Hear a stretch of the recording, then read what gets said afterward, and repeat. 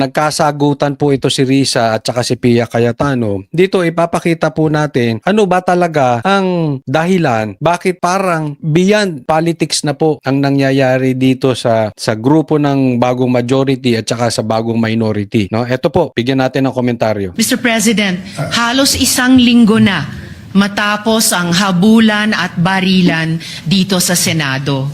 Sa loob-loob ko, hindi ako mapanatag na simula nung Lunes, ang ipinapakita natin ay para bang walang nangyari, na para bang hindi nabastos ang ating institusyon, ang ating mga empleyado at ang mga Pilipino. Kaya alam mo, Risa, parang binabaling ni Risa, ano ba kayo majority? Parang ganun, hindi niya lang madiretso, ano ba kayo Cayetano? Diba? Yung nangyaring putukang pambabastos, para lang walang nangyari. Ganun po ang punto nitong si Risa eh. Teka muna, binastos po ang Senado. Kayo kumakampi pa sa NBI. That is the problem. Hindi, diretsuhin na po natin. Ito po ay hindi tayo parang bata kampihan.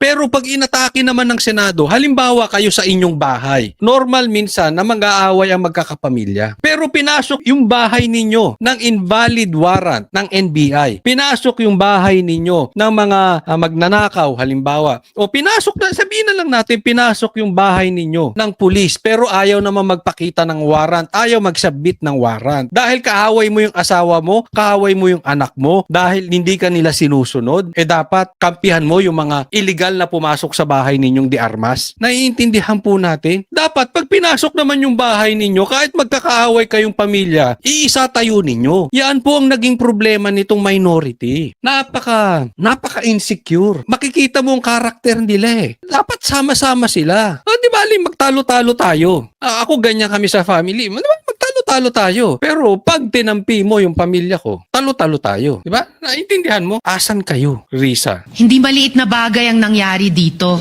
at lalong hindi dapat inaasa sa mga Facebook Live, press conferences at media But I just want to make this quick statement.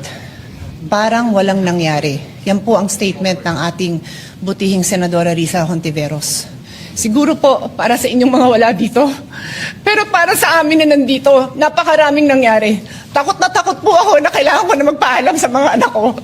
At yung staff ko, 2 pintuan ang pagitan ko sa putukan. Yung staff ko na si Claire, na 20 years na sa akin, nandun siya sa labas. Siya sa 12-year-old son. Kinuwento niya sa akin late na tumatakbo siya, hindi niya alam kung saan siya pupunta. Una, kailangan linawin natin ito. Kasi meron mga bastos talaga na matuto tayo maghiwalay ng personal sa politics. Meron talagang bastos na sinasabi, parang arte daw to si Pia. Ako kita nyo naman siguro legit. Kita nyo sa tono and the way siya magsalita, alam mo legit. Kasi po, bakit legit? Bukod dun sa kanyang tono, nandoon po siya eh. Yung barilan sa labas lang ng kwarto niya. Para po sa mga tatay, maunawaan nyo ako. Minsan kasi dumaan na rin ako sa ganyang sitwasyon na life-threatening. Yung mga anak ko, binibilin ko na. Pag ganyan po umabot, that is serious. Now, alam kong nauunawaan ninyo ako doon sa mga dumanas ng ganyang experience. Yung staff niya, binibili niya na rin yung mga anak niya. Any man mangyari sa akin, kasi putukan sa labas nyo eh. Diba? So, wag po nating tirahin, wag po nating igaya yung iyak ni Pia Cayetano sa iyak ni Madriaga. Iba po yun. Alam naman natin yung kay Madriaga kung ano eh. Kaya para sabihin nyo na walang nangyari. Napakasakit para sa aming lahat na nandito. And as I said, 2 pintuan na nagpo-protect sa akin sa putukan. Pero yung media, yung Senate staff, yung hindi naman makauwi dahil sila ang security, sila ang elevator, women and boys. Tinan mo si Lacson. No? Putukan. Pero yung media, yung Senate staff, yung hindi naman makauwi dahil sila ang security, sila ang elevator, Lacson ba to? Parang walang pake, no? women and boys natin, nandoon po sila. So dear colleagues, napakarami nang nangyari. And one more thing, wala ho akong sinisisi. Pero nung pagkatapos ng lahat, pagtingin ko ng group natin, yung dating majority group, walang ni isa sa inyong nangamusta sa amin.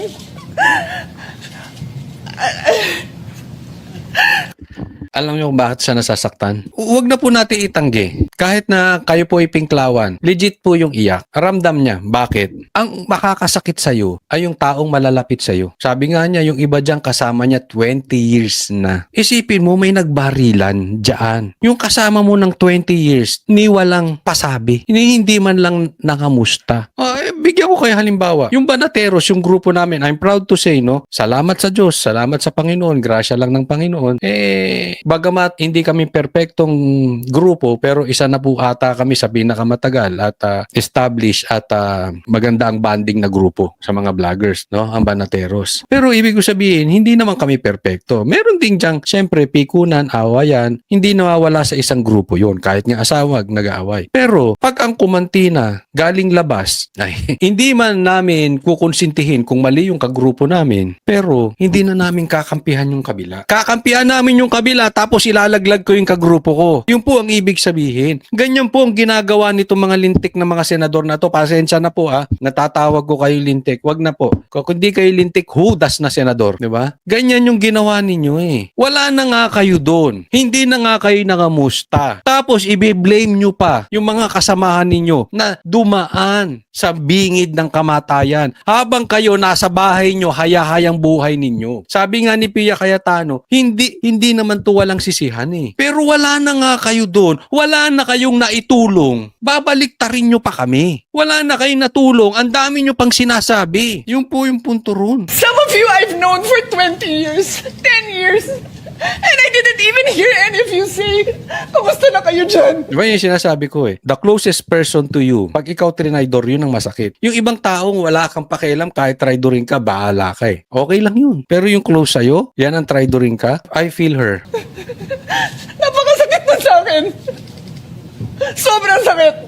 So yun lang ang masasabi ko. Yes, I am very ready to share my story, to ask questions. Pero kung wala ho kayo dito, huwag niyong questionin yung mga nangyari sa mga nandito. Dahil nandito kami, kasama ng staff. Staff namin, Senate staff. You have your own story, I respect that.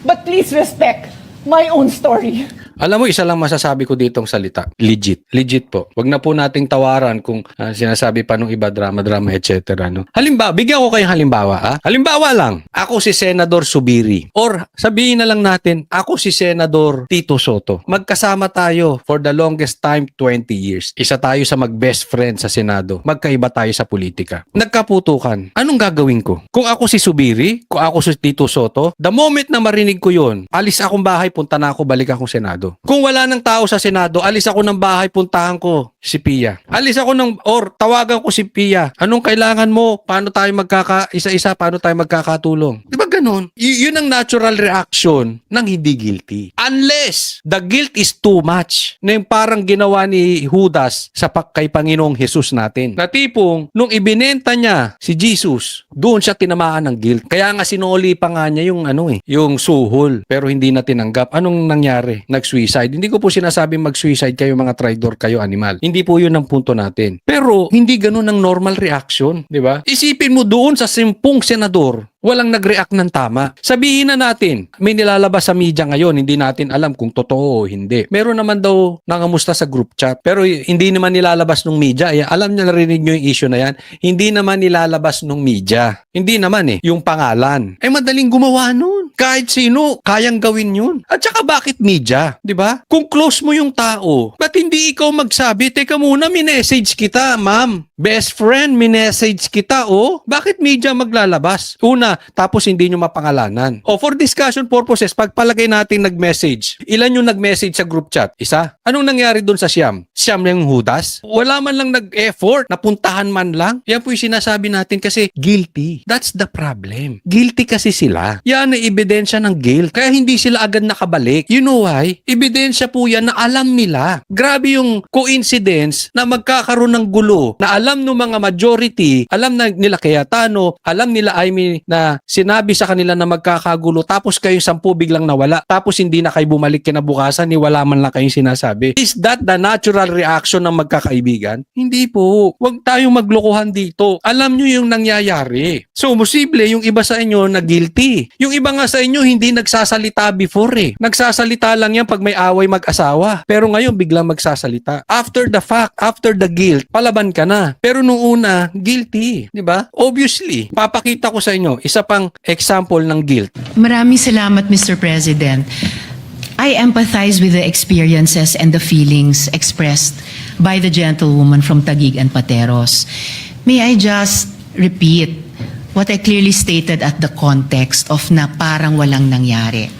I'm talking about ngayon, after those terrible events that caused fear and a lot of other negative emotions and experiences sa ating mga colleagues, sa ating mga Senate staff, sa security unit dito at sa Senate media.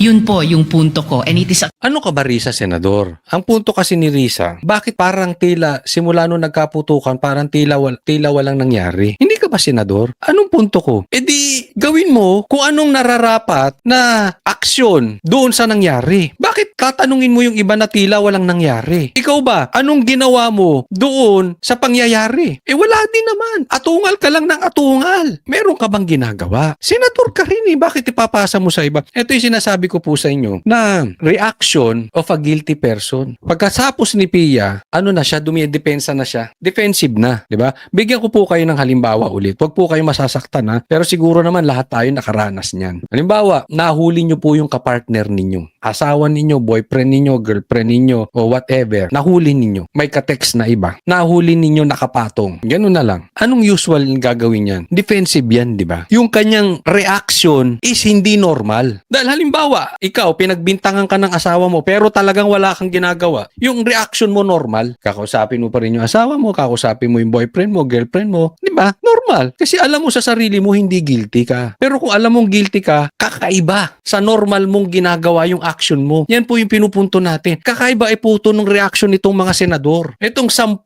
hudas na senador, kakaiba po ang kanilang reaction. Dahil siguro yung iba dyan, sobrang guilt. Pambihira, iniwan nyo. Ito pa nga kwento rito ha. Ewan ko kung posible to. Kasi may nakapagsabi na buti nga ipapasa yung impeachment, articles of impeachment dyan. Ha? Tingnan nyo itong mabuti. Ito po, matindi to. Kung totoo yung sinasabi ni Amy Marcos na utos ng kapatid niyang si Bongbong Marcos na hulihin si Bato kahit sinong mamatay. Kung hindi ipapasa yung articles of impeachment nung gabing yun, ang maiiwan dun si Robin tsaka si Bato. Chances are, patay si Robin, patay si Bato. Kung susundan natin yung sinabi ni Amy Marcos. Naging blessing in disguise po yun kasi isasubmit yung articles of impeachment. Nagpaiwan yung majority na alam naman ng minority magkakagulo. Kaya nga umalis sila eh. Diba? Yan po ay malaking ebidensya na sabay-sabay sila. Napakalaki na yan. At saka yung kanilang guilt eh. Maybe that is the protection ng Diyos sa kanila na andyan yung senador, hindi masyadong nakagalaw itong NBI. Hindi na patupad yung sinabi ni Bongbong na huliin si Bato kahit sinong mamatay. Di po ba? Kasi po, pag tiningnan po natin, siguro sobrang guilt nung iba dahil nang iwan sila ng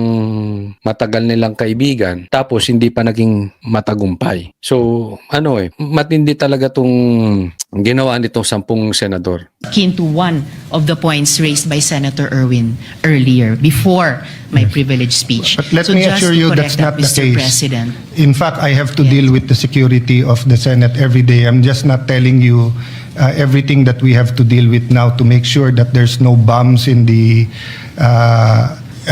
in the area, just like every day except this time. And also, Ang pinupunto dito ni Cayetano na, may ginagawa kami, hindi mo lang alam, Risa. Nagmo-monitor kami ng security kasi may mga bomb threats. Ngayon, alam mo na. making sure that there's no miscommunication between the executive, legislative, judiciary, and the international community. That's precisely why we are waiting for the complete investigation, because there are matters that when are discussed in public will cause more alarm and confusion rather than clarity. But that doesn't mean na parang walang nangyari lang. I think that's the point where there will be strong answers, Senator Risa. But of course, you have your point of view and we respect that. Thank you, Mr. President. And lastly, just for the record, as I said earlier, I deeply respect the emotions of our distinguished colleague. It's evident that the violence that breached our halls has profoundly affected all of us. And I don't doubt, Mr. President, the leadership's personal distress over what transpired.